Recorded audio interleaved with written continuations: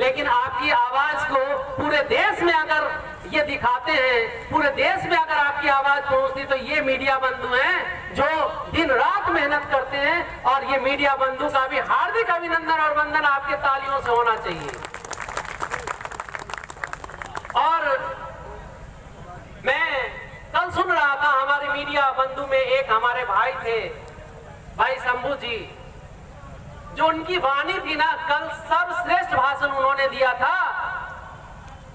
हमारे शंभू जी आज हमारे बीच तो अभी मौजूद नहीं हैं, शायद उनकी मीडिया भी शायद अभी तक नहीं आई है, लेकिन उनके पीछे मैं कहना चाहता हूं, अच्छा है, उनके पीछे मैं कहना चाहता हूं कि वो टाइगर है जिन्होंने अंबेडकर साहब के पद चिन्हों पर चल करके कल जो भाषण दिया था, जो कहा था, भाषण नहीं दिया था, कहा था कि इस देश को अगर सबसे ज्यादा जरूरत है तो शिक्षा की जरूरत है। चाहे आप पेट काट कर पढ़ाए, चाहे कैसे भी पढ़ाए, आपको अपने बच्चे को पढ़ाना है, आपके बच्चों के लिए टाइम देना है। शंभू जी, आपके इस सोच को, आपके विचारों को ये पूरी कमेटी आपका धन्यवाद करती है। बहुत बहुत धन्यवाद। जोरदार तालियों के साथ शंभू जी के लिए हार्दिक स्वागत कीजिए। उनकी टीम यहाँ पर बैठी है, उनका आपका हार्दिक स्वागत, अभिनंदन और वंदन। हमारे बीच धम्माचार्य करुणाशील रोशन जी हैं, उनका हार्दिक अभिनंदन और वंदन करती है। हमारे बीच महाराष्ट्र से चलकर सत्यवान मौर्य जी हैं। मैं चाहता हूं कि आप 2 मिनट में अपनी बात कहें। आप मंच पर आप आए और एक बार जोरदार तालियों से उनका स्वागत करें।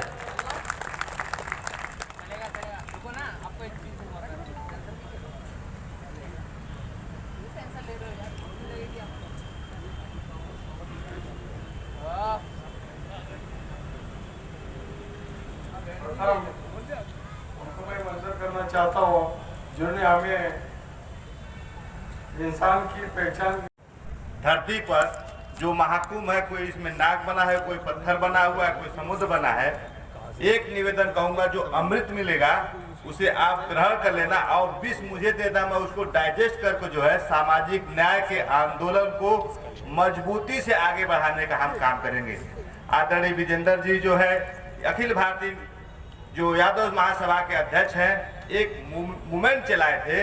उस मूवमेंट के आधार पे आज जो ओबीसी के लोग हैं उनको आमंत्रित किया गया है। संख्या पे आप मत जाइएगा, संख्या तो कुंभ में बहुत ज्यादा होती है, लेकिन उसका कोई लक्ष्य नहीं होता है। तथागत गौतम बुद्ध ने प्रथम अपने उपदेश में सिर्फ 5 लोगों को दीक्षित किया था, जो पूरे दुनिया में आज उनको प्रकाशमान कर रहे हैं। आदरणीय माननीय सांसद जी हैं, विशंबर प्रसाद जी हैं, जो संसद में रहे हैं, आवाज बने हैं ओबीसी समाज के लोगों को। मैं बहुत तकनीकी बातों में और बहुत कम शब्दों में आपसे बताना चाहता हूं। बहुत लोगों को आरोप होता है कि कोलिजियम ने हमारे लोगों के साथ न्याय नहीं किया है। अरे न्याय तो आप ठान लो तो आपके साथ न्याय हो सकता है।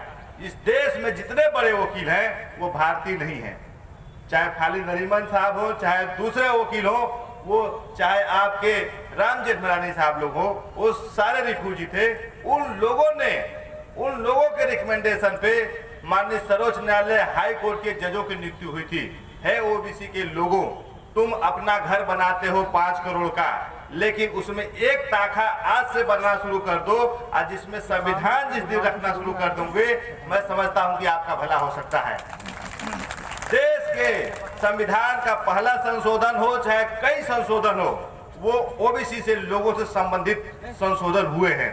अगर आप आज से ही जागृत हो जाएंगे और सरकार को बाध्य करेंगे कि जो हमारे लिए मे शब्द का प्रयोग किया गया है, सेल शब्द का प्रयोग किया गया है, tense, basic tense, future tense में मे कहाँ प्रयोग होगा, सेल कहाँ प्रयोग होगा, विल कहाँ प्रयोग होगा, वो भारत के संविधान के 340, 341 में किया गया है।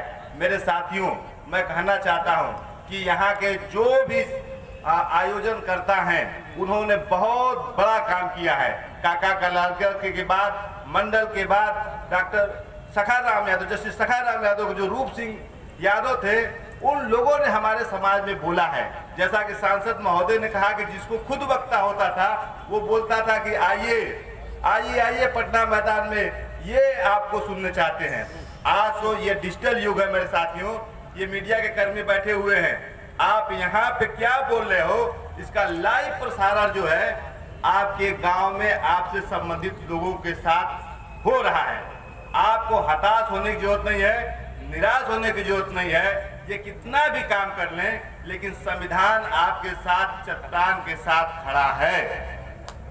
संविधान आपके साथ हिमालय की ऊंचाई जैसे सीने ताने हुए खड़ा है।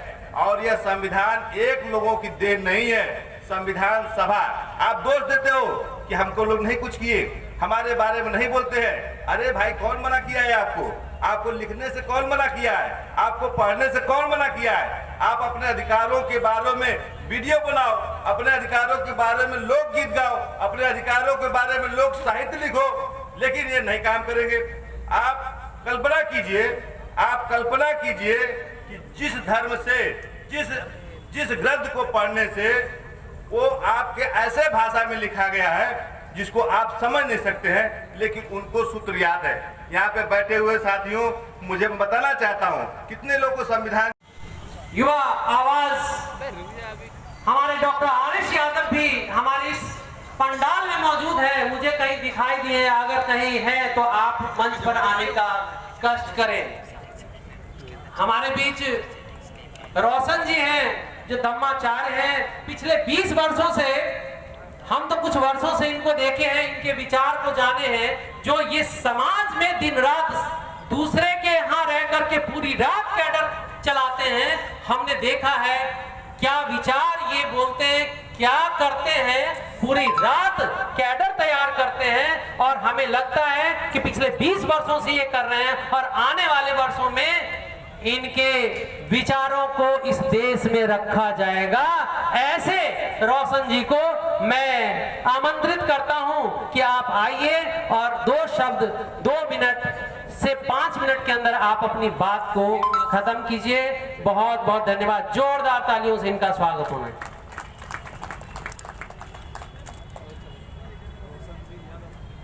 सर्वप्रथम तथागत बुद्ध को नमन करते हुए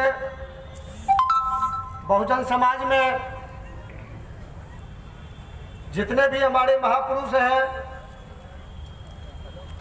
कबीर, रविदास, बाबा साहेब ज्योतिबा फूले, जगदेव प्रसाद, रामस्वरूप वर्मा, काशीराम, इन सारे महापुरुषों का मैं नमन करता हूं। मैं आज आप लोगों को उन बिंदुओं पर ध्यान आकृष्ट करना चाहूंगा जो SC, ST, OBC के जितने भी भारत में हैं, ये सभी संविधान के अनुसार एक ही जाति से हैं।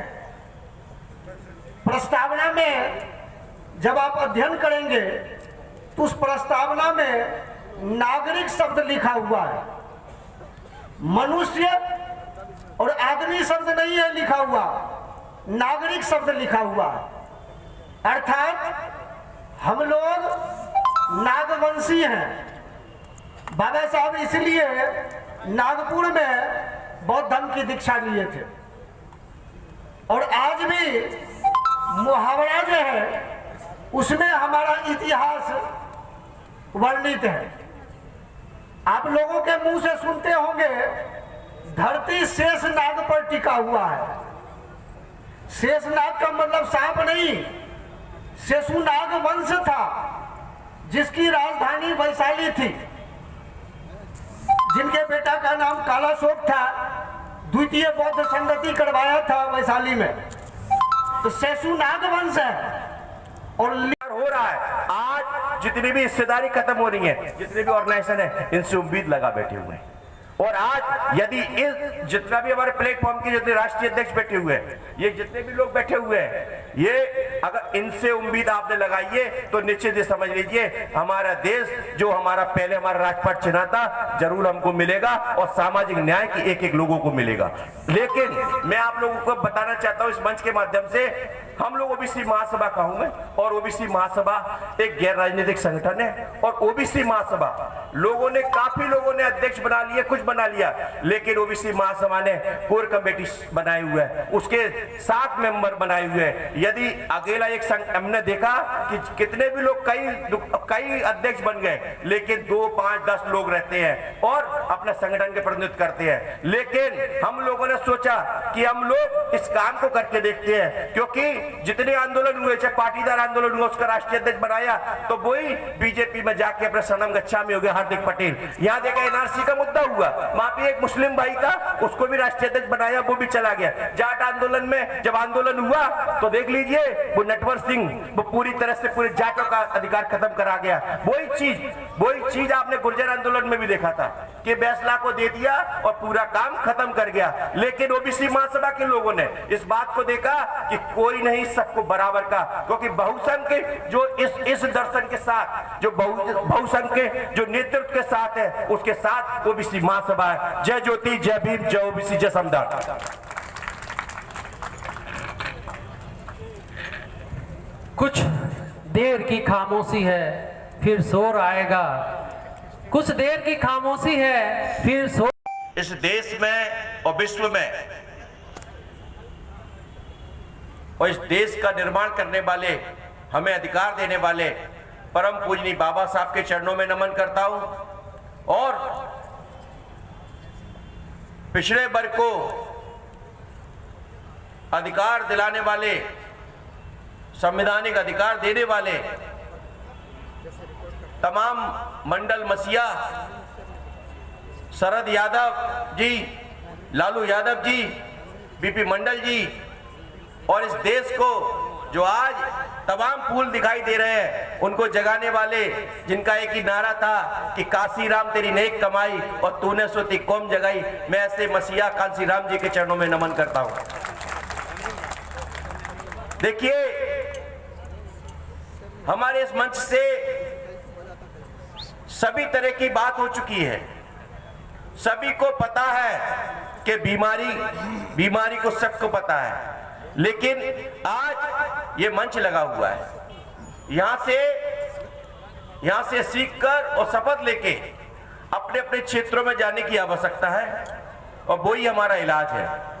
क्योंकि पूरे देश के अंदर जिस प्रकार से शोषण हो रहा है, हिस्सेदारी खत्म होती जा रही है, अन्य अत्याचार होता जा रहा है, इसको रोकने के लिए हम सबको एक होने की आवश्यकता है।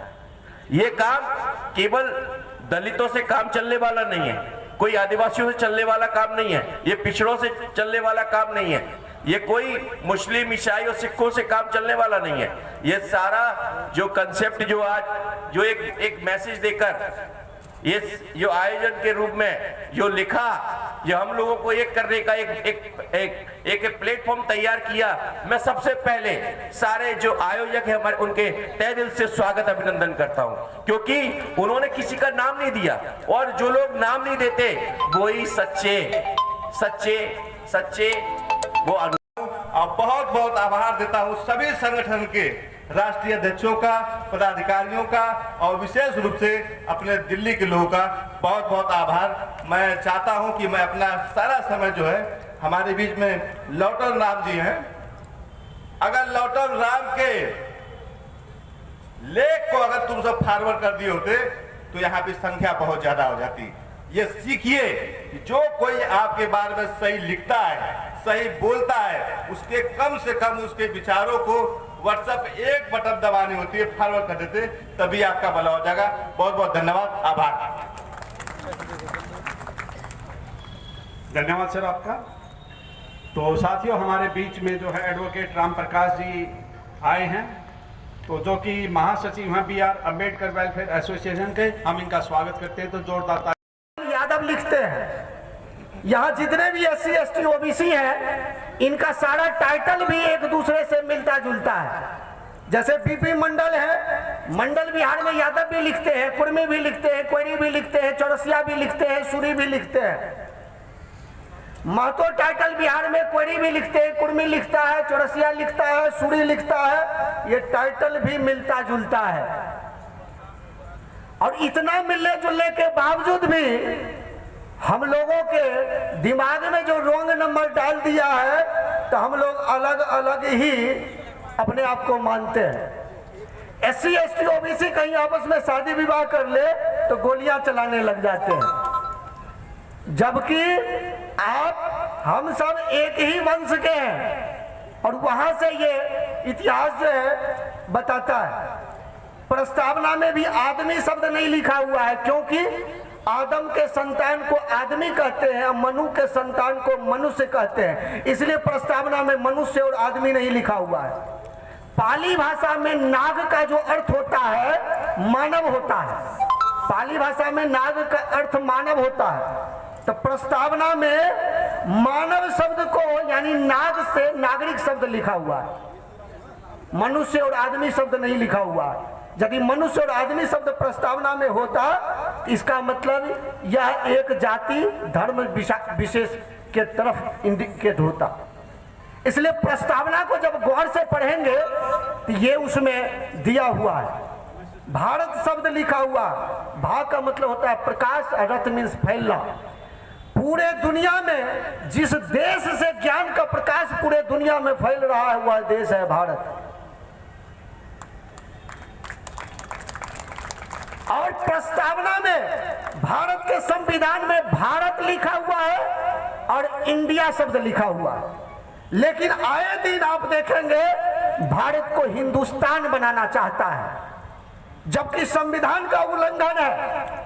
यदि कोई संवैधानिक पद पर बैठा हुआ व्यक्ति हिंदुस्तान कहता है, यह संविधान का उल्लंघन है, लेकिन आप देखेंगे हिंदुस्तान शब्द संवैधानिक पद पर बैठा हुआ भी व्यक्ति बोलता है और वो भारत नहीं बोलता है, जबकि भारत बोलना चाहिए। और ये हो सकता है कि बाबा साहब को उस समय में भी इस बात का एहसास होगा कि आए दिन में भारत को हिंदुस्तान न बना दे, इसलिए संविधान में इसका लिखना जरूरी है ताकि यहाँ के लोग भारत ही बोले। और ये चीज आप नहीं चेंज करते हैं, चेंज करने वाला कोई और होता है।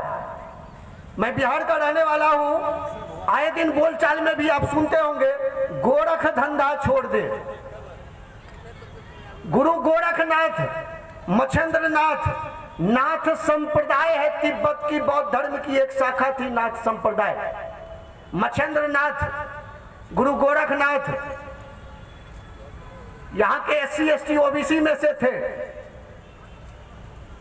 और गोरख धंधा छोड़ दे, इसका मतलब गुरु गोरखनाथ उल्टे काम करते थे।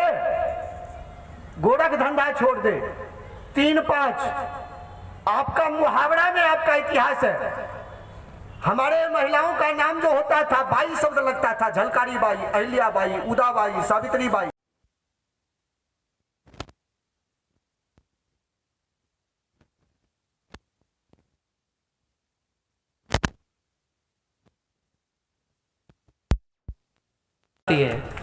इसी बीच हमारे जो RD प्रजापति जी, जो मध्य प्रदेश के पूर्व MLA में अपना कार्य देते रहे हैं, विधायक के रूप में देते रहे हैं, और इस समाज के लिए उन्होंने वक्त निकाला है। मैं चाहता हूं कि 2 मिनट में अपनी बात आए और ऐसी बात कहें कि आगे आने वाला समय इन सभी का हो, हमारे बच्चों का हो, और क्या आपने योगदान दिया ये जरूर यहां पर बोले। बहुत बहुत धन्यवाद, जोरदार तालियों से इनका स्वागत करें।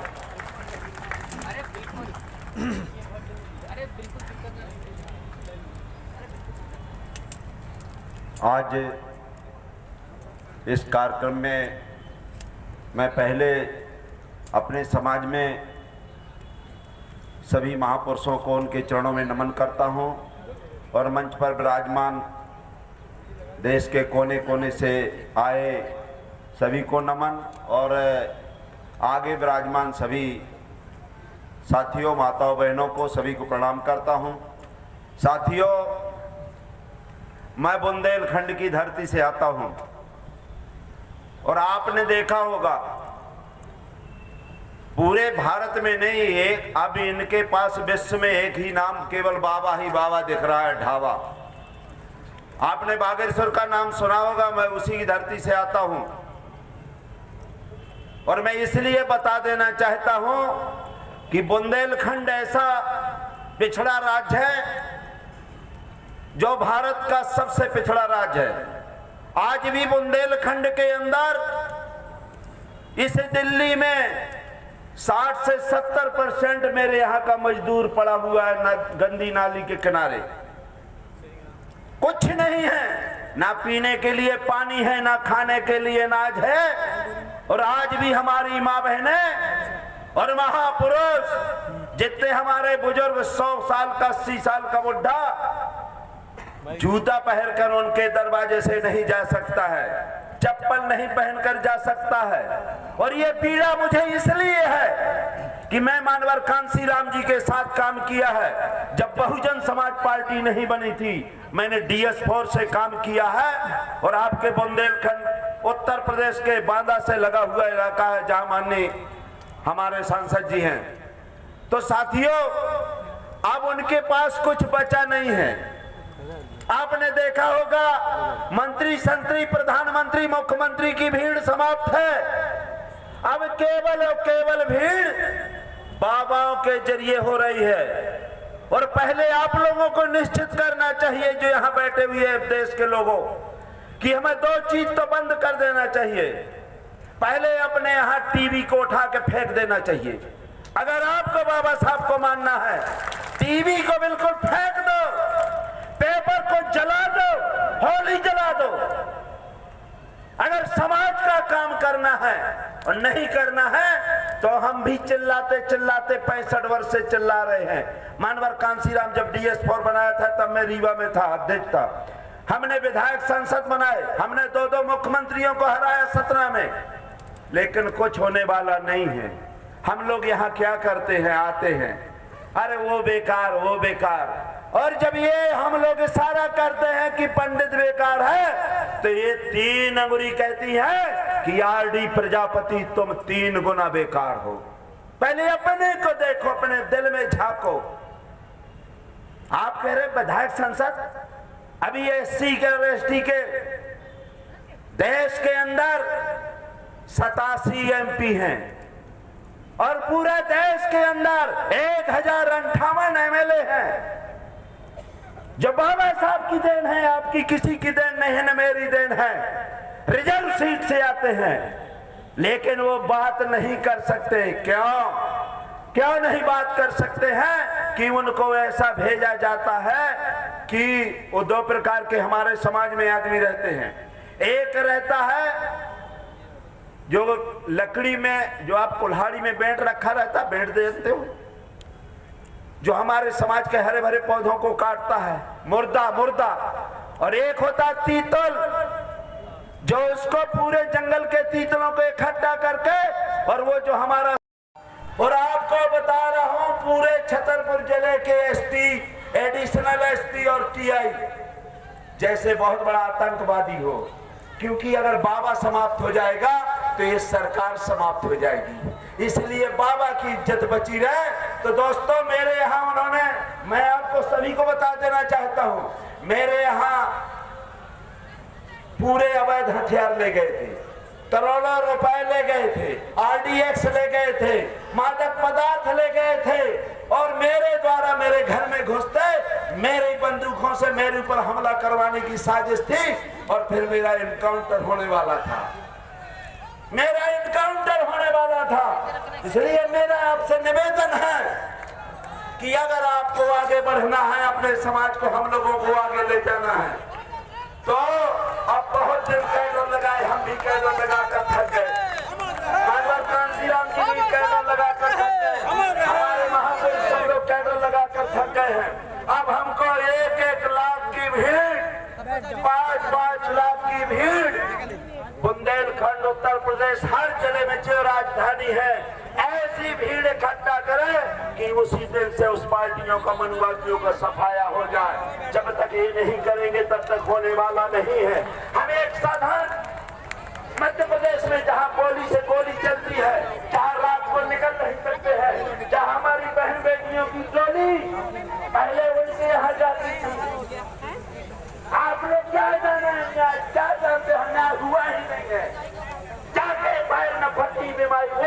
राजनीति बनाई। दिल्ली भोपाल आगरा में सब कोई बैठ के राजनीति कर लेकिन नहीं होना चाहिए। हम वहाँ से भी विधायक संसद बनाए जहाँ से कभी नहीं बना है। और ये नहीं है, मैं भी अधिकारी था, मैं विधायक था, जिला पंचायत अध्यक्ष था, मंडी अध्यक्ष था, लड़का को विधायक, लड़का को जिला पंचायत अध्यक्ष। और बीजेपी के विरोध में पहले बीजेपी से बने रहे, लेकिन हम इनके गुलाम नहीं है, लाचार नहीं है। जमाना हमसे है, हम जमाने से नहीं। हम अपने बाप को बाप कहते हैं। हम न दोगला की औलाद है, न दोगला की औलाद है और न दोगला की औलाद रहेंगे। बाबा का संविधान, बाबा का संविधान ना कुरान ना आपके बाइबल से चलेगा, ना गीता पुराण से चलेगा। बाबा का संविधान केवल संविधान से चलेगा।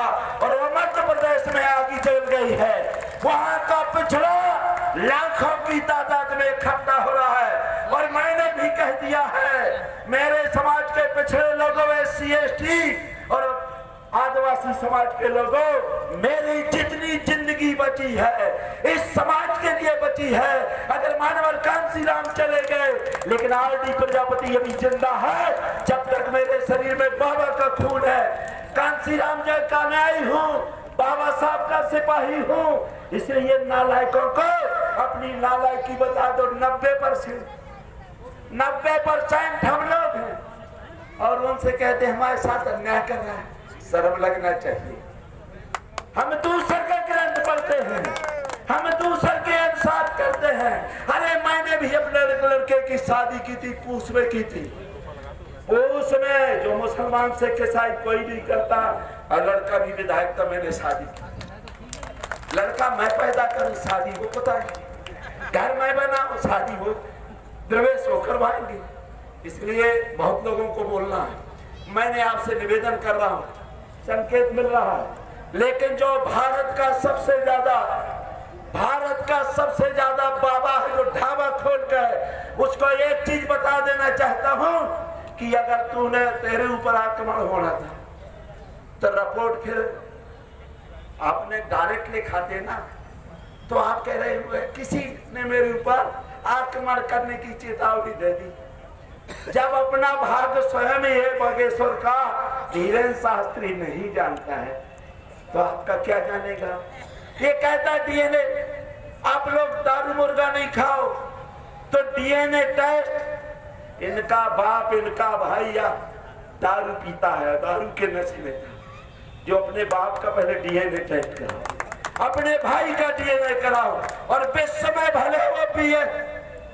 आपको बता रहा हूं, विश्व में भले हिंदू राष्ट्र कहने की कोशिश करे, लेकिन छतरपुर के अंदर 2% भी आदमी उसके दरबार में नहीं जा